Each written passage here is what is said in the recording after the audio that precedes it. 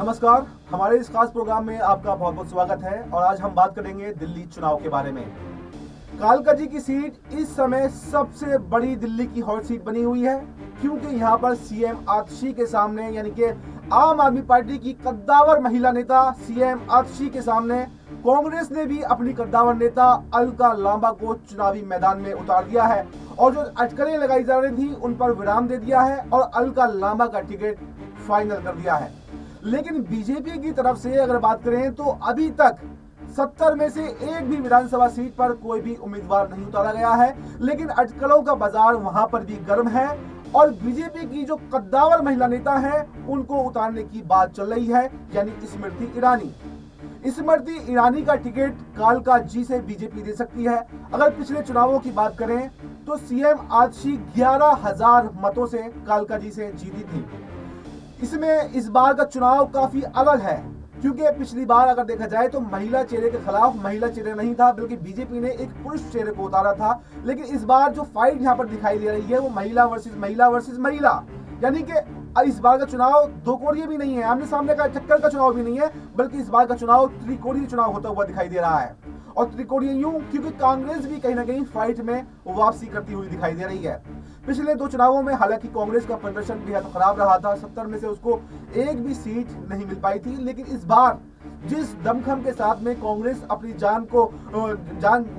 डाल रही है चुनावों के अंदर, तो इससे ही लग रहा है कि कांग्रेस कहीं ना कहीं फाइट में वापस आती हुई दिखाई दे रही है और कुछ नहीं तो 2-4 सीट तो जरूर जीत सकती है। और अगर 2-4 सीट भी नहीं जीत पाई तो उसका टारगेट है आम आदमी पार्टी।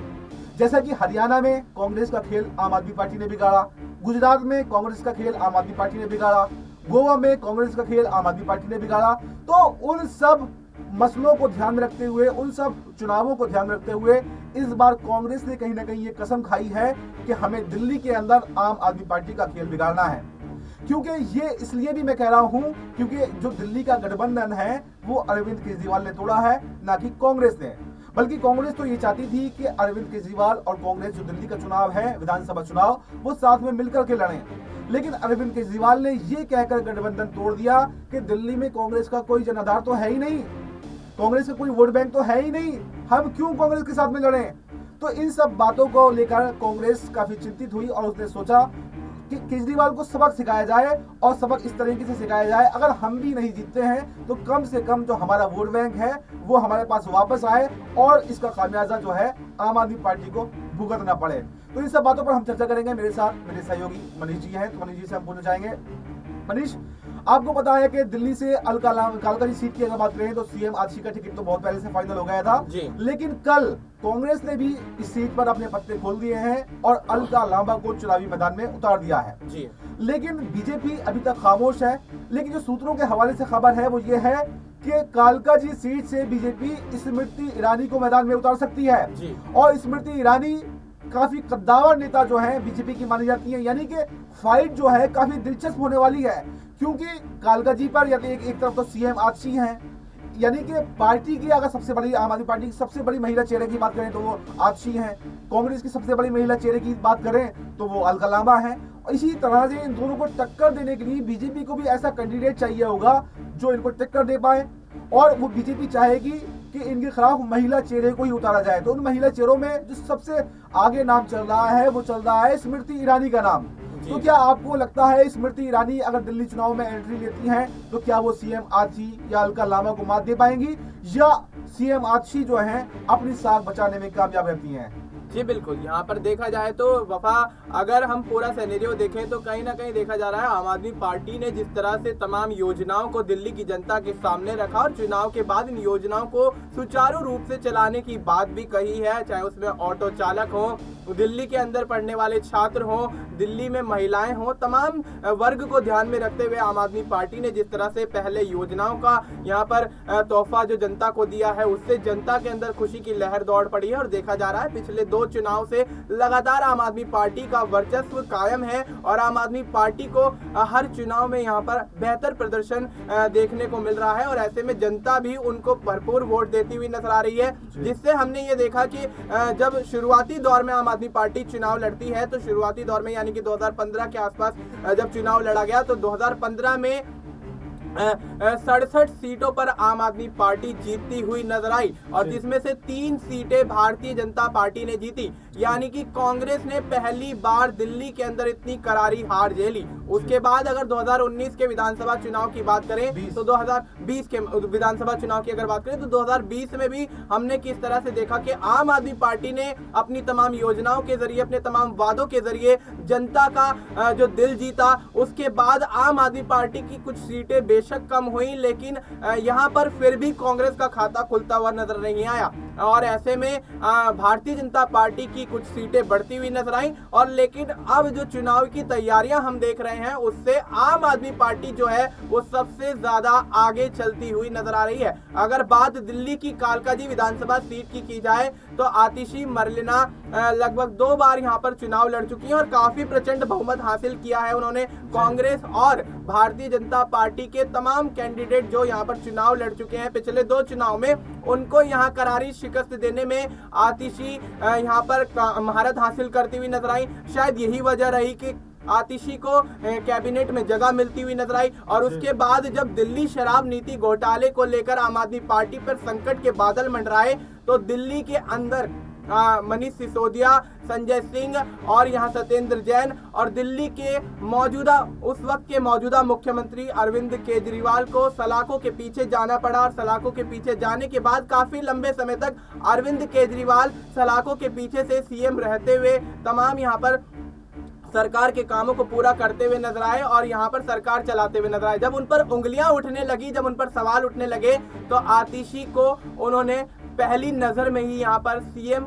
बना दिया। और ऐसे में आतिशी ने सीएम बनने के बाद जिस तरह से कमान संभाली है और उसके बाद आम आदमी पार्टी की जो एक्टिवनेस देखी गई है उससे यही अंदाजा लगाया जा सकता है कि आम आदमी पार्टी कालकाजी सीट पर काफी ज्यादा मजबूत है। और ऐसे में अलका लांबा की अगर बात करें तो कांग्रेस की कद्दावर नेता है, कांग्रेस के अंदर बड़ा बोलबाला रखती हैं और ऐसे में दबदबा उनका काफी अच्छा है। चांदनी चौक और नई दिल्ली की विधानसभा सीट से चुनाव लड़ना चाहती थी, लेकिन चांदनी चौक से टिकट नहीं मिला। नई दिल्ली से संदीप दीक्षित को मौका मिल गया, जो कि भूतपूर्व मुख्यमंत्री शीला दीक्षित के सुपुत्र हैं, पूर्व सांसद रह चुके हैं। और ऐसे में उसके बाद से अलका लांबा की लगातार नाराजगी चल रही थी और ऐसे में पार्टी के अंदर कहीं ना कहीं एक बगावत अलका लांबा के द्वारा देखी गई। लेकिन अलका लांबा की बगावत को देखते हुए पार्टी ने ये सोचा, कांग्रेस ने ये सोचा कि उनको कोई बड़ी सीट देना यहाँ पर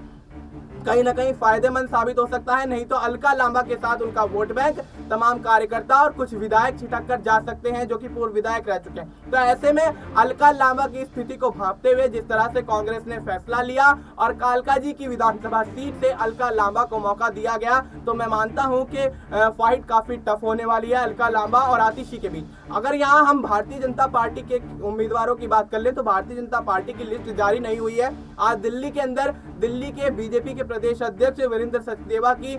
मौजूदगी में एक बैठक होने वाली है, उनकी अध्यक्षता में एक बैठक होने वाली है जिसमें दिल्ली के 7 सांसद यानी कि भारतीय जनता पार्टी के 7 सांसद और तमाम बड़े लीडर यहाँ पर मौजूद रहेंगे। और देखना यही होगा कि दिल्ली के अंदर भारतीय जनता पार्टी के दफ्तर पर 3 बजे होने वाली बैठक में क्या प्रत्याशियों के नामों का ऐलान होता है। लेते हैं, जैसे मैंने शुरू में बताया था कि स्मृति ईरानी सबसे आगे चल रही है कालकाजी विधानसभा सीट से लड़ने के लिए। तो ऐसे में अगर स्मृति ईरानी कालकाजी विधानसभा से उतरती हैं तो स्मृति ईरानी क्या फाइट दे पाएंगी आतिशी सिंह को, या फिर जब त्रिकोणीय मुकाबला होता है तो आपने देखा है, आपने काफी कवरेज की है, जब त्रिकोणीय मुकाबला होता है तो उस समय में ऐसे कैंडिडेट जीत जाता है जिसकी उम्मीद नहीं होती है। यानी कि अगर 2 लोग अच्छी फाइट में आ जाते हैं, अगर मान लीजिए अलका लांबा और आतिशी सिंह की अच्छी फाइट हो जाती है तो ऐसे में तीसरा जो कैंडिडेट होता है उसके निकलने की संभावना हो जाती है। और अगर स्मृति ईरानी और आतिशी सिंह ये दोनों की अच्छी फाइट हो जाती है तो अलका लांबा के निकलने की चांस रहती है। तो आपको क्या लगता है पहले कि 2 लोग कौन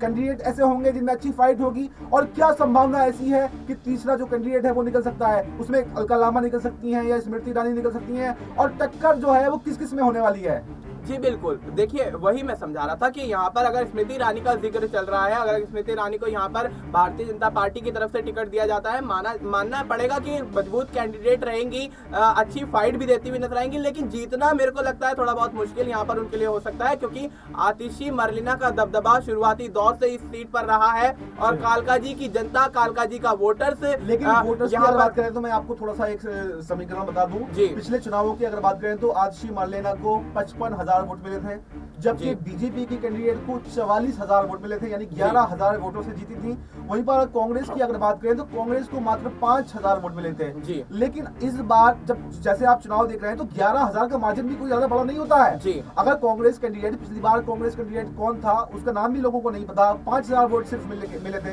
अगर वो 5,000 वोट वाला अलका लांबा अगर 20,000 वोट पे पहुंच गई तो 15,000 का मार्जिन तो यहीं पे आ जाएगा। तो ऐसे में और ये बात कंफर्म है, जो भी कांग्रेस का कैंडिडेट होगा वो वोट किसके लेके जाएगा? आम आदमी पार्टी की वोट लेके जाएगा। तो कहीं जो कांग्रेस का ने जो सोच करके अलका लांबा को इस सीट से उतारा है, इस सीट को हॉट सीट बनाया है, तो कहीं उसका मकसद कामयाब तो नहीं हो जाएगा। कांग्रेस का जीतने के बाद में मकसद, दूसरा मकसद, एक तो पहले तो जीतना होता है हर किसी का मकसद, उसके बाद में दूसरा मकसद ये होता है कि मैं जीतूं या ना जीतूं, लेकिन मुझे इसे हराना है। यही सोचकर जो है कांग्रेस ने आतिशी के सामने अलका लांबा को उतारा है। तो कहीं कांग्रेस अपने मकसद में अगर कामयाब हो गई तो यहाँ पर आम आदमी पार्टी को काफी बड़ा झटका लग सकता है। जी बिल्कुल, यहाँ पर अगर देखा जाए तो कांग्रेस यहाँ पर कुछ वोट बैंक जरूर यहाँ पर खींच लेगी आम आदमी पार्टी का, लेकिन ये नहीं कहा जा सकता कि अलका लांबा एक मजबूत दावेदार है, एक मजबूत कैंडिडेट है, एक बेहतर छवि रखती है, दिल्ली के अंदर, दिल्ली की राजनीति में मजबूत है, सक्रिय है। तो इसका मतलब ये नहीं कि वो आतिशी मरलेना का वोट बैंक ज्यादा खींचने में कामयाब रहेंगी। कुछ वोट बैंक जरूर छिटक कर उनके पाले में जा सकता है। वहीं अगर स्मृति ईरानी की बात करें तो केंद्र में मंत्री पद संभाल चुकी हैं, कई जिम्मेदारियां संभाल चुकी हैं, जब सांसद रही। तो अब ऐसे में अमेठी से उनके हारने के बाद, केएल शर्मा के वहां से जीतने के बाद, जिस तरह से